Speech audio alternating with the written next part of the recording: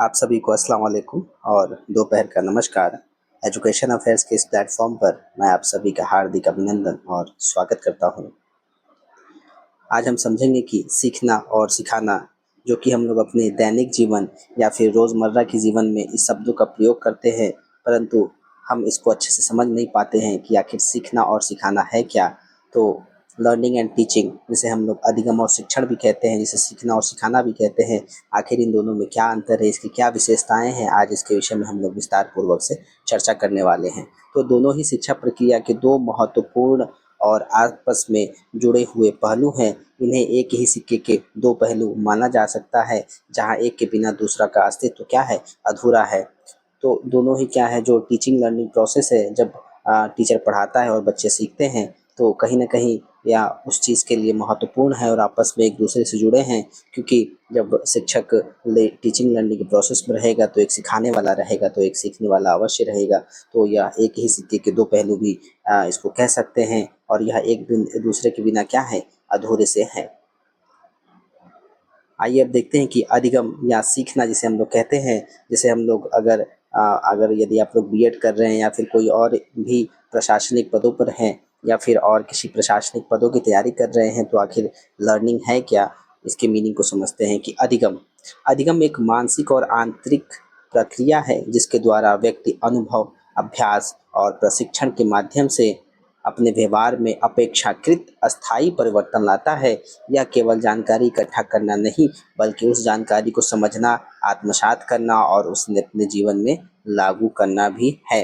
तो सीखना क्या है, एक सतत प्रक्रिया है, एक व्यापक है, जो जीवन पर्यंत क्या है, चलता ही रहता है। जब बालक का जन्म होता है, जन्म से लेकर के कब्र तक या कब्र से पहले तक वह अपने जीवन में कुछ ना कुछ सीखता रहता है, चाहे वह किसी दुर्घटना से सीखे या लोगों से सीखे या अनुभव से सीखे या किसी और प्लेटफॉर्म के माध्यम से सीखे।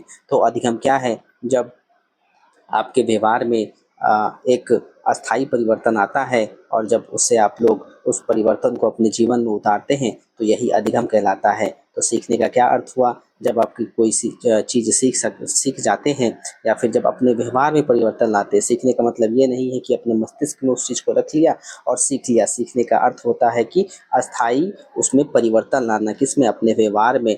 जो भी आपका व्यवहार है उसमें परिवर्तन लाना, तभी हम उसको सीखना कहते हैं। यदि आपके व्यवहार में अपेक्षाकृत अस्थायी परिवर्तन नहीं आता है, तो कहीं न कहीं इसको सीखना हम लोग नहीं कहेंगे, क्योंकि इसमें अस्थायी परिवर्तन आना आवश्यक होता है। तो यह शतक कंटिन्यूअस चलने वाला प्रोसेस है, जो कि जन्म से लेकर मृत्यु तक चलती रहती है। फिर है कि अधिगम की प्रमुख विशेषताएं क्या, आइए देखते हैं कि अधिगम की लर्निंग की क्या क्या विशेषताएं हैं। तो सबसे पहला है व्यवहार में परिवर्तन। कि अधिगम क्या है, सीखने का सबसे महत्वपूर्ण परिणाम क्या है कि व्यवहार में आपके परिवर्तन आता है। यह परिवर्तन सकारात्मक या नकारात्मक दोनों हो सकता है, लेकिन यह अनुभव या अभ्यास के कारण क्या है, होता है, ना कि बीमारी या थकान के कारण। तो व्यवहार में क्या है, परिवर्तन अधिगम के द्वारा क्या है, इसकी विशेषता है कि जब आप कुछ सीख लेते हैं तो आपके व्यवहार में वह परिवर्तन आ ही जाता है, चाहे वो सकारात्मक हो या नकारात्मक, यह दोनों हो सकता है। परंतु हमें अभ्यास करना है, हमें प्रयास करना है कि हमारे जो व्यवहार है उसमें सकारात्मक ही जो परिवर्तन है वो आ पाए।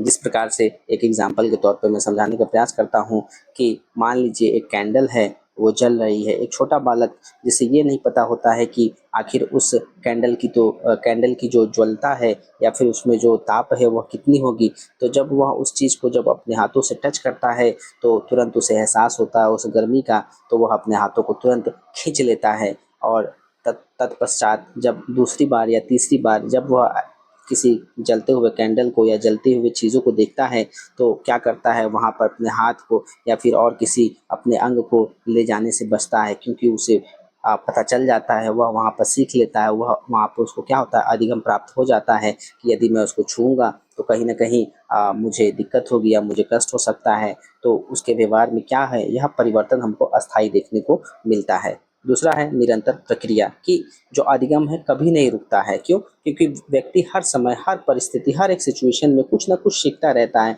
चाहे आप कहीं रास्ते में जा रहे हो या कहीं जाम लग गया हो, तो कहीं ना कहीं आपको वहाँ कुछ सीखने को मिल गया, या किसी और व्यक्ति या दूसरे व्यक्ति को आप देखते हैं उनके जो क्रियाकलापों को देखते हैं तो वहाँ से भी आपको कुछ न कुछ सीखने को ज़रूर मिलता है। तो यह एक निरंतर प्रक्रिया है, आपको कहीं न कहीं कुछ न कुछ सीखने को अवश्य मिलता रहेगा, लगातार मिलता रहेगा। फिर अधिगम की प्रमुख विशेषताओं में है कि यह उद्देश्यपूर्ण होता है कि अधिगम क्या है, हमेशा किसी न किसी उद्देश्य से जुड़ा ही होता है। जब कोई व्यक्ति कुछ सीखता है तो उसका क्या है, एक लक्ष्य होता है। कहीं न कहीं आप भी कुछ सीख रहे हैं तो उसका कोई न कुछ लक्ष्य अवश्य होगा। जैसे आपका लक्ष्य है कि आपको टीचर बनना है, तो टीचर बनने के लिए आपका उद्देश्य होगा कि आप बीएड जो कार्यक्रम है उसको व्यवहारिक रूप से अच्छे से सीखें, क्या-क्या उसमें प्रोग्राम्स उसको करें। तो ये एक क्या है, एक उद्देश्यपूर्ण प्रक्रिया होती है। चौथा है समायोजन की प्रक्रिया, कि अपने आप को किस तरह से हम एडॉप्ट करते हैं, किस तरह से सामंजस्य करते हैं कि सीखने से हमें अपने वातावरण के साथ बेहतर समायोजन करने में क्या है, हमें मदद करती है। यदि हम कुछ अच्छी चीज़ें सीखे रहेंगे कि किस प्रकार से हमें समाज में लोगों के साथ व्यवहार करना है, जब यह हमारे अधिगम में होगा, जब हम यह सीखे रहेंगे तो हम वहाँ पे अपने आप को अडॉप्ट कर पाएँगे, उनके साथ बातचीत अच्छे से कर पाएँगे, अच्छे से व्यवहार कर पाएँगे। परंतु अगर हमें वहाँ पे इस चीज़ का पता नहीं रहेगा तो कहीं न कहीं हमें समायोजन करने में बहुत सारी समस्याएँ आ सकती है। तो अधिगम क्या है, यदि कोई अधिगम बालक रहेगा या लर्नर रहेगा तो कहीं न कहीं वह अपने आप को समायोजन कर सकता है हर एक परिस्थिति में। अधिगम की विशेषता है कि वह सक्रिय प्रक्रिया है, कि सीखने के लिए व्यक्ति या का मानसिक और शारीरिक रूप से क्या है, सक्रिय होना आवश्यक होता है। जब बालक या बालिकाएँ सक्रिय रूप से मतलब एक्टिव रूप से जब लर्निंग बाय डूइंग से या अपने मस्तिष्क से या शारीरिक रूप से वह सक्रिय रहते हैं, तब वो क्या है, वह अधिगम की जो प्रक्रिया है वह सक्रिय प्रक्रिया कहलाती है या होनी चाहिए, तभी वह तभी वह चीज़ों को क्या होता है, सीख सकता है। और निष्क्रिय रह कर के संभव क्या है, सीखना संभव नहीं होता है। अगर वहाँ पैसिव है बालक, जिस प्रकार से मान लीजिए कि मैं आपको पढ़ा रहा हूँ और आपका ध्यान कहीं और है, तो कहीं न कहीं यह पैसिव प्रक्रिया है, यह निष्क्रिय प्रक्रिया है और इससे आप नहीं सीख पाएँगे क्योंकि आपका ध्यान यहाँ केंद्रित नहीं है। वहीं पे अगर यह सक्रिय प्रक्रिया रहेगी तो आप मेरे बातों को अच्छे से सुनेंगे और उसे आत्मसात करेंगे, जिससे यह सक्रिय प्रक्रिया होगी और आपके अधिगम को क्या होगा, यह आगे ले जाएगी। जैसे कि उदाहरण में देखते हैं कि साइकिल चलाना सीखना हो गया या नई भाषा सीखना हो गया या गणित की कोई समस्या हल करना हो गया, तो ये सब क्या है, अधिगम की ही विशेषताएँ हैं, इनके उदाहरण हैं। आगे देखते हैं अब दूसरा, कि शिक्षण या सिखाना क्या है, टीचिंग जो मैं अभी कर रहा हूँ या आपको बता रहा हूँ, आखिर ये टीचिंग है क्या, या जो भी बीएड के छात्र हैं या फिर एमएड के छात्र हैं या जो भी प्रशिक्षु हैं, आखिर वह टीचिंग है क्या, सिखाना क्या है, आखिर शिक्षण है क्या, उसको भी देखते हैं। कि इसका अर्थ है, शिक्षण एक सामाजिक और बाह्य प्रक्रिया है जिसका उद्देश्य दूसरों को ज्ञान, कौशल, मूल्य और व्यवहार सिखाना है। यह अधिगम की प्रक्रिया को सुविधाजनक बनाने का कार्य है। इसमें एक शिक्षक या कोई जानकार व्यक्ति और एक शिक्षार्थी छात्र के बीच अंतःक्रिया होती है। तो इसका क्या अर्थ होता है कि शिक्षण एक सामाजिक और बाह्य प्रक्रिया है, कि यह क्या एक सोशल प्रोसेस भी है और साथ-साथ ये बाहरी प्रक्रिया है, जिसका क्या उद्देश्य होता है कि जो भी ज्ञान है या जो भी कौशल है या जो भी हम कुछ सिखा रहे हैं आपको, अच्छे से क्या हो, आपको व्यवहार को व्यवहार में परिवर्तन लाना है या आपको सिखाना होता है। जो भी जैसे मैं ज्ञान दे रहा हूँ, क्या कर रहा हूँ, या मैं शिक्षण देने का कार्य कर रहा हूँ आपको, तो कहीं न कहीं कुछ-कुछ स्किल्स आपको दे रहा हूँ, आपको मैं ज्ञान दे रहा हूँ, आपको सही-गलत के बारे में बता रहा हूँ।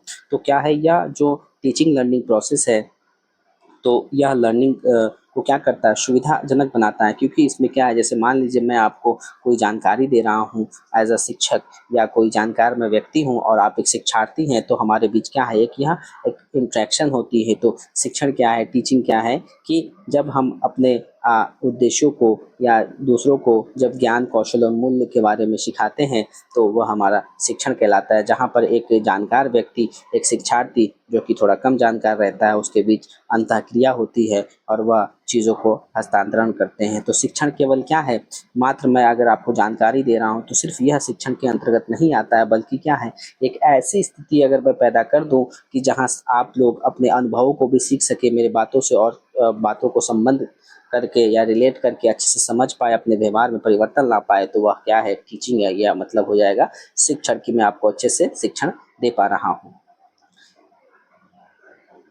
आगे देखते हैं शिक्षण की प्रमुख विशेषताएँ, कि इसकी आखिर क्या-क्या विशेषताएँ हैं। तो शिक्षण का या टीचिंग का विशेषता यह है कि यह उद्देश्य केंद्रित होता है, कि शिक्षण हमेशा कुछ विशिष्ट लक्ष्यों को ध्यान में रख करके किया जाता है। शिक्षक का क्या लक्ष्य होता है कि छात्र एक निश्चित कौशल या ज्ञान प्राप्त कर सके। तो शिक्षण क्या है, टीचिंग क्या है, एक उद्देश्य केंद्रित है। मान लीजिए कि जैसे कि मैंने पहले एग्जांपल दिया कि आपको अगर टीचर बनना है, आपका यह गोल है, तो उस लक्ष्य को रख उसको उस लक्ष्य को केंद्र में रख करके बाकी की जो टीचिंग की प्रोसेस होगी वह पूरी होगी, जिससे आपके जो ज्ञान और कौशल में क्या होगा, परिवर्तन आएगा और उस गोल को आप अचीव कर पाएंगे। तो यह एक उद्देश्य केंद्रित प्रक्रिया है जो कि इसकी विशेषता है। अंतः क्रियात्मक प्रक्रिया, इसकी क्या विशेषता है शिक्षण की, कि शिक्षण में जो शिक्षक है, जो टीचिंग में जो टीचर है और जो छात्र होते हैं, स्टूडेंट होते हैं, उनके बीच संवाद और उनके बीच क्या है, अंतःक्रिया होती है। आपस में वह बातचीत करते हैं, ज्ञान का आदान प्रदान करते हैं और यह एक क्या है, द्वितीय पक्षीय प्रक्रिया है कि यहाँ पे दो पक्ष होते हैं, स्टूडेंट और टीचर, ठीक है। और जहाँ पे क्या करते हैं ये लोग, ज्ञान का आदान प्रदान करते हैं। शिक्षण की क्या विशेषता है कि यह मार्गदर्शन करता है कि शिक्षण का उद्देश्य क्या होता है, जो छात्रों को केवल ज्ञान देना ही नहीं होता है बल्कि उन्हें सही रास्ता दिखाना भी होता है कि आखिर सही क्या है, गलत क्या है, उनका अच्छे से गाइडेंस करना भी और उन्हें स्वतंत्र रूप से सोचने के लिए प्रोत्साहित करना भी कि अपनी समस्या का वह समाधान कर सके। यदि उन्हें कहीं दिक्कत आ रही तो उन्हें मार्गदर्शन भी किया जाए। तो टीचिंग का यह क्या है, विशेषता है। चौथा है कि व्यवहार में वांछित परिवर्तन, कि टीचिंग के द्वारा क्या है कि शिक्षण का मुख्य लक्ष्य क्या है कि छात्रों के व्यवहार में क्या सकारात्मक और अवांछित परिवर्तन लाना, ठीक। ये इसकी क्या हो गए, उदाहरण हो गए। जैसे कि एग्जाम्पल के तौर पे हम लोग देखते हैं टीचिंग में कि कक्षा में एक शिक्षक का छात्रों को भूगोल पढ़ाना हो गया, ये टीचिंग हो गया। माता पिता द्वारा अपने बच्चों को नैतिक मूल्य सिखाना, ये भी क्या है, शिक्षण है। क्योंकि यहाँ पे क्या है, जो नैतिक मूल्य है, सही क्या है, गलत क्या है, मोरल वैल्यूज क्या है, वो सब सिखाया जा रहा है। या फिर एक कोच के द्वारा खिलाड़ियों को खेल के लिए नियम कौशल सिखाना, ठीक। तो ये क्या है, टीचिंग है, जहाँ पे कहीं ना कहीं एक शिक्षक या फिर एक ज्ञानी आदमी के द्वारा थोड़ा सा कम ज्ञानी व्यक्ति को ज्ञान देना, ये क्या है, टीचिंग कहलाता है।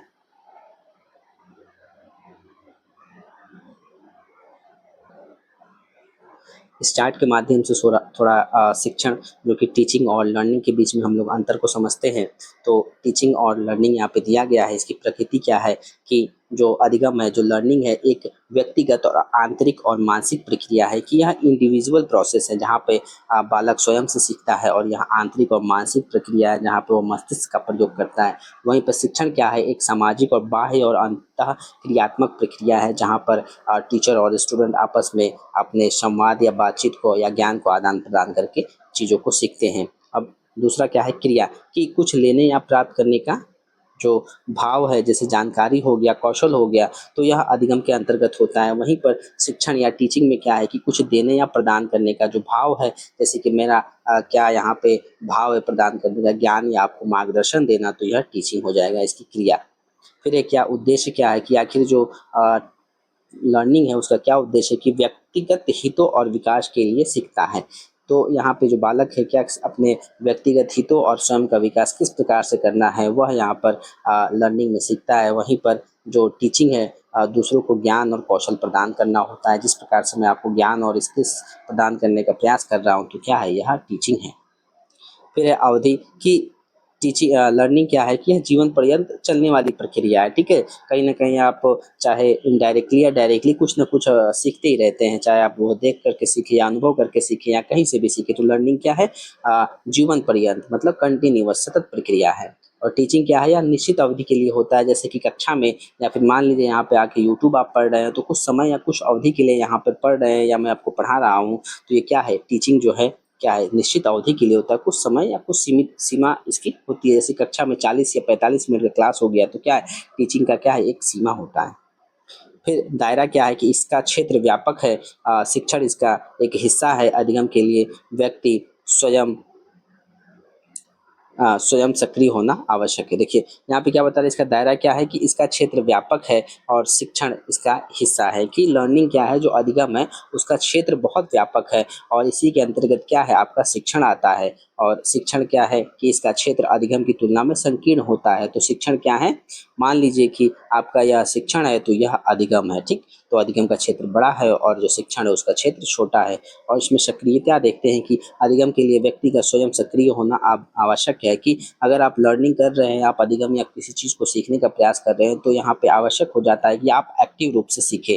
और वहीं पे अगर टीचिंग को देखते हैं, शिक्षण को देखते हैं, तो शिक्षक और छात्र दोनों का सक्रिय होना यहाँ पे आवश्यक है। जैसे मान लीजिए मैं यहाँ पे टीचिंग करा रहा हूँ, तो शिक्षण में क्या है कि आपका सक्रिय होना भी और मेरा सक्रिय होना भी बहुत आवश्यक है, तभी हम अपने ज्ञान को आदान-प्रदान कर सकते हैं या चीज़ों को समझ सकते हैं। यदि हम लोग सक्रिय रूप से भागीदार नहीं होंगे, तो कहीं न कहीं चीज़ों को सीखने में क्या हमें बहुत सारी समस्याएँ आएँगी ही आएँगी। तो ये इसकी विशेषताएँ थी टीचिंग और लर्निंग की, और उसका क्या मीनिंग है, क्या अर्थ है, उसको भी मैंने समझाने का प्रयास किया है कि लर्निंग अधिगम क्या है। जब आपके व्यवहार में वांछित परिवर्तन आता है और उसके बाद क्या है वह अस्थायी हो जाता है, तो वह लर्निंग कहलाता है। वहीं पे जो टीचिंग है क्या है, शिक्षण है, जहाँ पे मैं कोई भी व्यक्ति, मैं या कोई और व्यक्ति जो ज्ञानी व्यक्ति जिसको जानकारी है, तो वह जब ज्ञान और कौशल का हस्तांतरण करता है और बालक या कोई छात्र या जो कम थोड़ा पढ़ा लिखा हो उसको जब अर्जित करता है, तो यह शिक्षण कहलाता है। तो इनके अर्थ को और हमने इनके बीच को अंतर को समझा। आई होप ये वीडियो आप लोग के लिए बहुत ही हेल्पफुल रहा होगा। Thank you. कृपया चैनल को सब्सक्राइब, लाइक्स और शेयर ज़रूर करें, और कोई डाउट या फिर कोई सजेशन ज़रूर दें। मैं और भी क्लासेस कंडक्ट कराने की कोशिश करूँगा ऑनलाइन। Thank you.